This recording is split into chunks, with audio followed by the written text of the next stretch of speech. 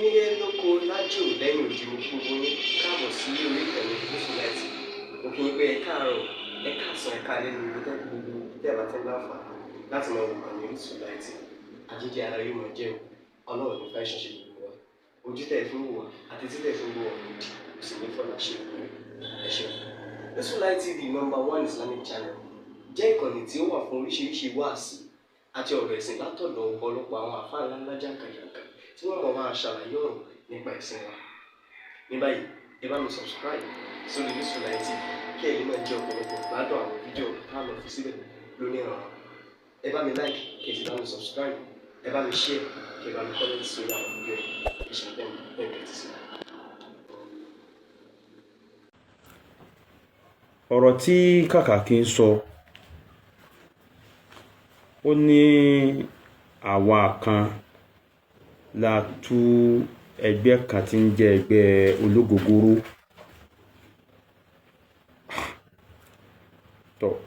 Ó tún wá kọ sórí write-up ẹ̀ pé bàbá Zaki ni olórí ẹgbẹ́ ológogoro ní ìtẹ́mi ò mà.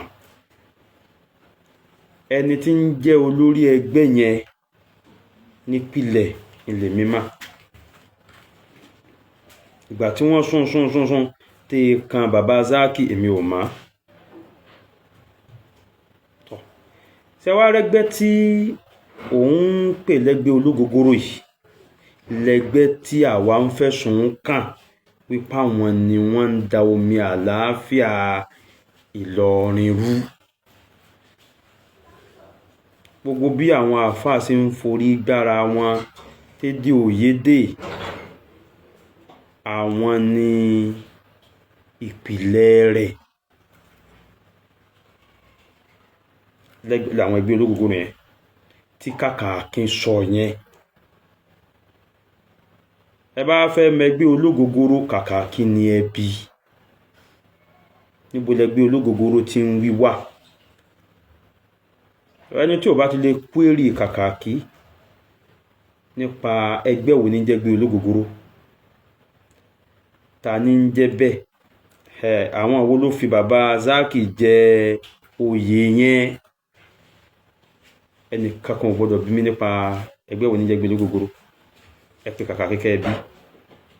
So ẹgbẹ́ tí Kàkàkí ń wí yẹn lèmi náà ń sọ pé ń ba Ìlọrin jẹ́, ni ò jẹ́ kó mi àlàáfíà àwọn àfọ́ òtòrò. Ní táwọn ẹgbẹ́ ìgbé dání nípìlẹ̀, àtọ̀dá tí wọ́n fi kún ní gbangba, ó dá ó sì wù ní, kò sẹ́ni tí wọ́n ṣàlàyé rẹ̀ fún tí ò ní wù láti darapọ̀ mọ́ wọn. Torí àfáà tí wọ́n pè ní Saheed Shittu ìnìpìlẹ̀ ọ̀rọ̀ yìí. Mo kọ́kọ́ gbọ́ fídíò àfáà ní around 2017 ni mo gbọ́ fídíò àfáà. Ẹni tá àfáà wá bá fa wàhálà níjọ́ náà, Sheikh Ahmed Ọlánrewájú Al-Fulani. Déédéé tó dà wọ́n pọ̀ tọ́rọ̀ fi pọ̀ tó bá yẹn kò yẹ nìkan. Gẹ́gẹ́ bá a ṣe máa ń tó da Kàkàkí àti bàbá olówó Ọ̀fà pọ̀ tọ́rọ̀ fi pọ̀ tó yẹn. Déédéé tó da Kàkàkí pọ̀ pẹ̀lú Khalifatul Adabiyyah tí fi ń pè wọ́n ní àgbà ànàkí, sẹ́ni oyé, àmọ́ tó dà wọ́n pọ̀. Ní tí wọ́n jọ ṣe pọ̀ rí, ní tí wọ́n kò yé nìkan.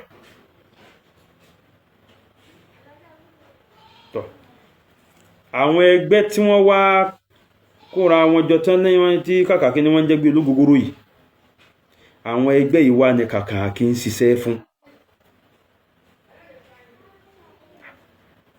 Ìbá jẹ́ pé wọ́n sì ní aṣáájú dáadáa tí wọ́n ṣẹ́gbẹ́ ológogoro lóòótọ́, ṣé ẹnìkan sì gbọ́dọ̀ bu ẹnu àtẹ́ lu Khalifatul Adabiyyah kó sì jọmọ ẹgbẹ́ yẹn, kó sì jẹ́ alájọṣe tó ń rinlẹ̀ pẹ̀lú àwọn tí wọ́n ní ẹgbẹ́ yẹn,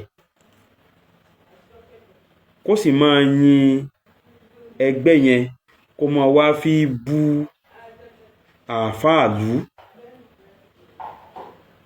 Ọ̀rọ̀ yẹn pọ̀ gan o, ṣùgbọ́n orí ọ̀rọ̀ àfá Saheed ni mo wà.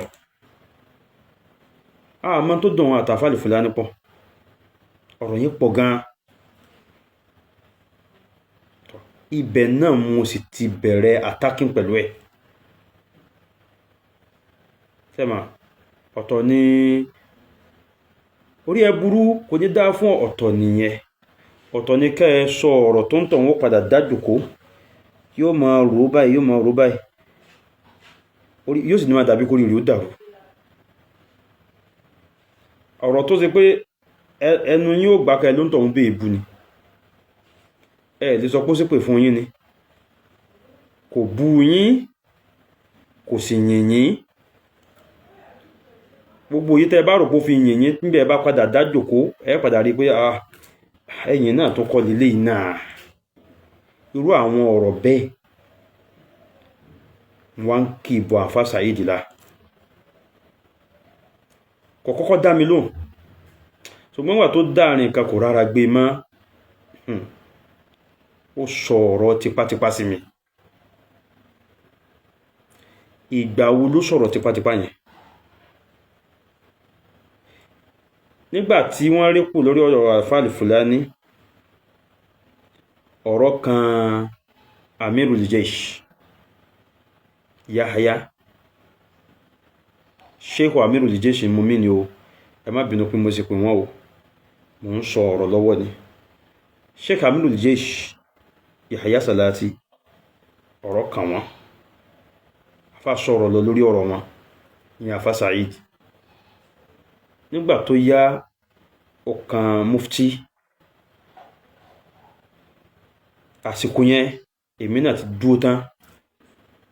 Gbogbo tó bá fẹ́ dà bismillah, ta ni ẹ́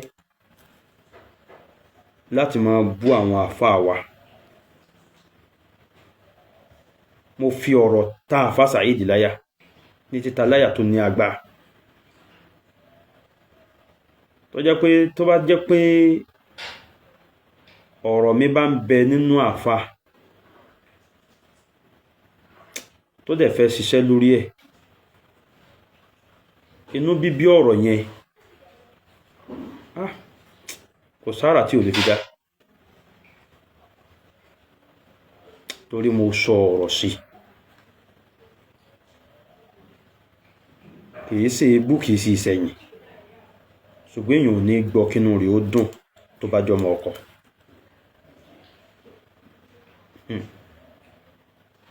Lórí ọ̀rọ̀ yìí náà la tún wà táà fà fi rí sórí ọ̀rọ̀ Sheikh Adam. Ọ̀rọ̀ yẹn pọ̀ gan, ọ̀rọ̀ Sheikh Adam ó pọ̀ gan. Gbogbo àwọn tírà kan tí Sheikh Adam ṣe, ṣe pé Sheikh Adam wọ́n ní amanatu ilmiya, wọ́n lámánà gan. Tírà tí wọ́n bá kọ, àwọn ni wọ́n kọ, àwọn ni wọ́n ní ráàyè rẹ̀, borúkọ wọn bẹ̀ lábẹ́ ta'alif Adam Abdullahi Al-Ilori. Èyí tó bá wá jẹ́ wípé wọ́n mú níbi wọ́n wá kó jọ ni, wọ́n wá kọ sábẹ̀rẹ̀ pé jamu'u wa tartib. Wọ́n kọ ọ̀rọ̀ yẹn jọ ni, àwọn kọ́ ni wọ́n sọ ọ̀rọ̀ yẹn. Nínú àwọn tírà tó jẹ́ pé Sheikh Adam kó jọ ni, àwọn kọ́ ni wọ́n sọ. Nínú ẹ̀ ni Fawakiu wà, ẹ wò sàlẹ̀ Fawakiu rẹ̀ rí jamu'u wa tartib. Hayatu bila amali, hayatu musilla tó tí àfá Saheed fẹ́ fi takò wọ́n jọ náà, Sheikh Adam kọ́ ló kọ orin yẹn, wọ́n kó jọ ni. Inna kabira bila amali ma'a sugaro, ni wọ́n fi kọ, ni wọ́n fi gbé sí etí pálí yẹn pé jamu'u wa tartib, ẹni tó kó tírà ìjọ tó sì tó tẹ̀lé ra wọn báyìí. Bẹ́ẹ̀ ni kọ́lá Sheikh. Ọ̀rọ̀ Usman Dan Fodio ló wà lọ́wọ́ bẹ̀rẹ̀, ibi tó ti jọ wọ́ ẹ̀sìn bí ọ̀rọ̀ ẹ̀sìn yẹn. Àwọn ọ̀rọ̀ tó wà lẹ́yìn rẹ̀ náà, àwọn tó ní àwọn ọ̀rọ̀ yẹn ń bẹ ní òkè rẹ̀. sẹ́mà àwọn ọ̀rọ̀ yìí ni àfá Saheed ń sọ ẹ wo tírà tí ó kọ sí tírà lélẹ̀ yìí ẹ wo wá fi dálẹ̀ yóò bá rú ní àti bẹ́ẹ̀ bẹ́ẹ̀ lọ ọ̀rọ̀ yẹn pọ̀ gan o ní tó wá jẹ́ kí n gbàbẹ̀ ní wípé ṣe orí gbà tọ́rọ̀ yẹn wá ń gbóná tààrẹ everybody ń gbóná pítà lélẹ̀ yìí yàbára ilé iṣẹ́ òfọ́lọ́nsọ́ àmọ́ ọlá yàbára ilé ìdásàláti yàbára ilé káàkiri àwọn àfá yàbára ilé ọba Ìlọrin yàbára ilé ìmáàmù àgbà so yẹ kẹ́ máa kí ọba Ìlọrin báwọn ẹ̀yin náà gẹ́sẹ̀ ń kí ọba Ìlọrin gbogbo ọ̀rọ̀ tí ó kàn ní lápá tí ó kàn ní lẹ́sẹ̀ tí a ń pè ní wáàsí ní kí wo sọ tó tọ́ àti tó yẹ kò dá kéèyàn máa forí balẹ̀ fún nǹkan mi yàtọ̀ fọ́lọ́run o wọn ò ní kó yọgi lọ bẹ́ni tí ń forí balẹ̀ fún nǹkan mi yàtọ̀ fọ́lọ́run kó lù ú kò sákọọ́lẹ̀ kankan tó gbé bẹ́ẹ̀ bí wọ́n ṣe ń kí ọba Ìlọrin ò tẹ́wọ́ lọ́rùn nìyẹn ó sì rí àtúnṣe kan tó fẹ́ ṣe lórí ẹ̀ ọ̀ràn yẹn ni kó mẹ́ńṣàn orúkọ àti pé ìṣèlú wa nìkan ni wọ́n ti kíyàn gbogbo àwọn àfáà tá a dákọ̀ yìí sí Ìlọrin gbogbo wọn ti wá kí ni wọ́n ṣe ìlà wa dúró tà àfáà lọ́rùn sí gbogbo àwọn ọmọ tọ́sẹ̀ jáde ní ìsìn yẹn mi ò mọ̀ wọ́n jọ yẹn o wàláì mọ́fàlú ti ní sáàbùn yàrò ní ọ̀kan náà ń bẹ bàbúrí mi ò mọ̀ wọ́n bóyá ń kí lọ́wọ́ ń jọ náà bóyá wọ́n tẹ̀ ń wọn ò sáà mi wọn ò wà relevant àtòjú ayé àtòjú ọ̀run suddenly ni wọ́n yọdé àwa tí à ń sọ̀rọ̀ ń jọ náà àwọn kan bẹ tí wọ́n ṣáájú mi bẹ̀rẹ̀ ọ̀rọ̀ wọ́n bẹ̀rẹ̀ sí ní àtàkì àfá Saheed ṣáájú mi ṣùgbọ́n láàrin 1 to 5 mo wà kìí ṣe 1 to 10 1 to 5 láwọn fídíò tó ní àgbà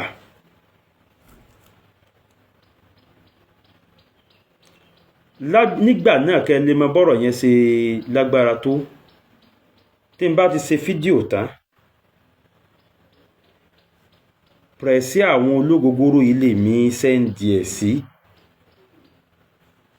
màá wá rí pòun náà ti sẹ́ndì ẹ̀ sí péjì kátàpẹ̀ ní The Truth èmi ò mọ̀ The Truth rí dòní ṣùgbọ́n tí n bá ti sẹ́ndì ẹ̀ sí pẹ̀sí àwọn ológogoro yìí òun ó sẹ́ndì ẹ̀ sí ẹnìkan ẹni ìyẹn ni ó wàá gbé sí The Truth page fídíò tèmi gangan ẹgbọ́rọ̀ ara mi ní sọ ẹni tí ó bá pe ọ̀rọ̀ tí ń sọ nírọ́ àbí yóò ní mo parọ́ yóò parọ́ mọ́ yóò ní mo parọ́ mọ́ yóò dó báyìí The Truth page I don't know mi ò mẹ́tò ní later mo padà mọ̀ pé ọ̀kan lọ́mọ ló ní The Truth page tí ń túmọ̀ sí wípé pẹ̀sí àwọn ológogoro yìí ló ń sẹ́ndì fídíò mi sí ọ̀kan lọ́mọ níjọ́ náà sì ní gbogbo wa ẹnu wa kù láti bá àfá Saheed sí tújà ṣẹwárí ń jọ tọrọ gbóná lálá yẹn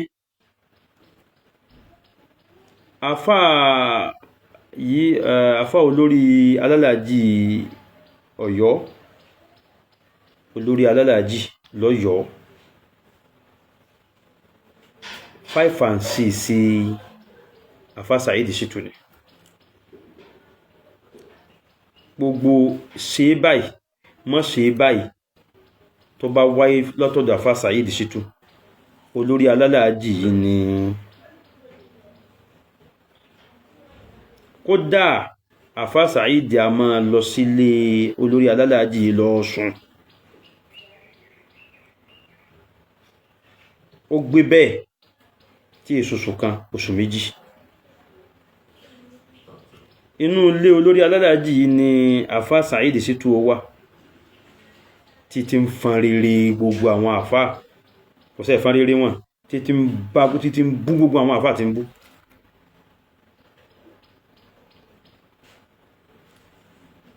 ṣùgbọ́n lọ́wọ́ ọ̀gbẹ̀yìn olórí alálàájì yìí pẹ̀lú àwọn ẹgbẹ́ ológogoro Ìlọrin yìí wá padà dọ̀rẹ́. Kí ló sọ yín dọ̀rẹ́ pẹ̀lú ẹni tó jẹ́ spọ́nṣọ́rà ẹni tẹ́yìn sọ pé ń bú àwọn bàbá yín tẹ́ ẹ fẹ́ bájà? Kí ló sọ yín dọ̀rẹ́ pẹ̀lú ẹ̀? Gbogbo wákà tí wọ́n ibú mufti, wákà tí wọ́n ibú Sheikhu Labib, Labibu wọ́n bá ní kí ló mú ẹ̀ẹ́dẹ̀ẹ̀sẹ̀ wálé sùn ní Farouk bí ti ń sọ́njọ́ náà ní o. Ohun wákà yẹn ta lẹni tó wá mọ́lá tẹ́ mọ̀tẹ́yìn náà mà ti máa lò ó. Kí ló wá sọ àwọn ẹgbẹ́ ológogoro tán láwọn fẹ́ gbìjà àwọn bàbá àwọn yìí? Kí ló sọ wọ́n di ọ̀rẹ́ padà pẹ̀lú ẹni tí ń spọ́nṣọ̀ ẹni tí ń bú bàbá wọn? Ẹ farabalẹ̀, ẹ gbọ́. Ẹni tí ń dàlúrú ẹ mà. Gbogbo ayé tẹ́ ẹ dìde pé ẹ fẹ́ ṣàtúnṣe. Àwọn ẹgbẹ́ ológogoro àtolórí wọn ni ẹ pè. Gbogbo ẹnikẹ́ni tí ìbá máa jó lórí ẹgbẹ́ ológogoro, ẹgbẹ́ tí ń jẹ́gbẹ́ ológogoro tí kàkà kí ń wíhun táwa ò mọ̀gbà tí wọ́n pààrọ̀ lórí wọn tí wọ́n fẹ́ lòmí ìbẹ̀ àmọ̀gbà yẹn. Ẹ pe ẹgbẹ́ yẹn po lórí wọn. Àwọn ni ẹbí. Kí ló sọ wọ́n dọ̀rẹ́ pẹ̀lú ẹni tí ó jẹ́ kóun ni ó ń kówó kalẹ̀, kódà ó tún bù wọ́n, ó tún gbé Mọ́kà kalẹ̀, ó gbé Umura kalẹ̀. Bó ṣe jẹ́ pé ẹni tí wọ́n fún ní Mọ́kà tẹ́ fún ní Umura sọ yìí pé ààbọ̀ ni àfààfún ni òun ó sànlàjì, àwọn ó sànlàjì ní ìyẹn ò kàn wá.